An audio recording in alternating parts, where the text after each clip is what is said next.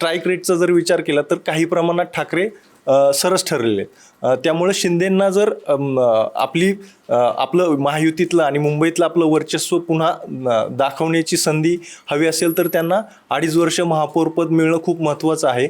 आणि त्यांच्याकडे जे 29 उमेदवार आहेत, निवडून आलेले नगरसेवक आहेत, त्यांनाही एकत्र ठेवण्याचं आव्हान त्यांच्यासमोर असणार आहे. कारण थोड्या वेळापूर्वीच उद्धव ठाकरे असे म्हणालेत की आमची इच्छा आहे की महापौर शिवसेनाचं म्हणजे आपला हो, असं ते नवनियुक्त जे नगरसेवक आहेत त्यांना बोलताना हो. आणि शिंदेंनीही तातडीनं हॉटेलमध्ये सर्व नगरसेवकांना हलवलंय आणि ते नगरसेवक सध्या हॉटेलमध्ये आहेत. आणि जोपर्यंत महापौर पदाची निवडणूक होत नाही, आता महापौर पदाची निवडणूक कधी पुढे, कारण काही दिवस लागतील अजून महापौर पदाचं आरक्षण जाहीर होणार, त्याच्यानंतर ती संपूर्ण प्रोसेस सुरू होईल.